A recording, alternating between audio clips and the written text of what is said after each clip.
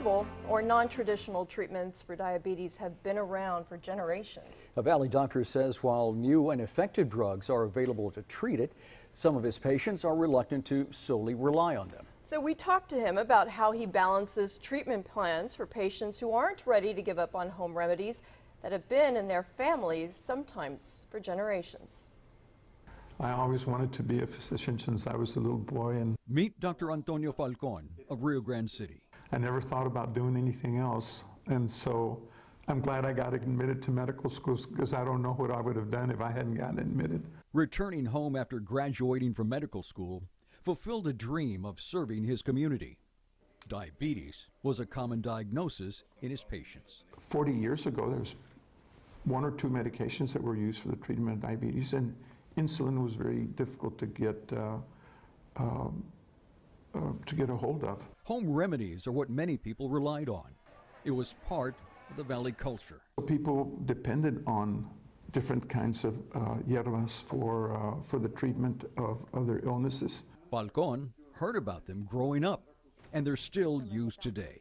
One of the latest treatments that they use, a little tree called moringa, for the treatment of their blood sugar. He says before blood sugar monitoring became widely available, people relied on one thing to gauge if they were okay. A lot of it was a sense of well-being. If you felt better, you continued to use what seemed to be working for you. While how a person felt is a good measure, in the medical world, many questions remain.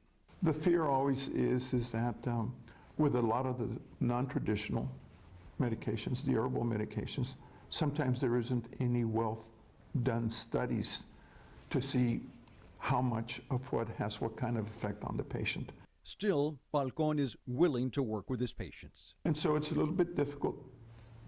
But again, if a patient feels strongly that they want to use something, I never turn them down. You know, it's not my way or the highway. I'll work with you.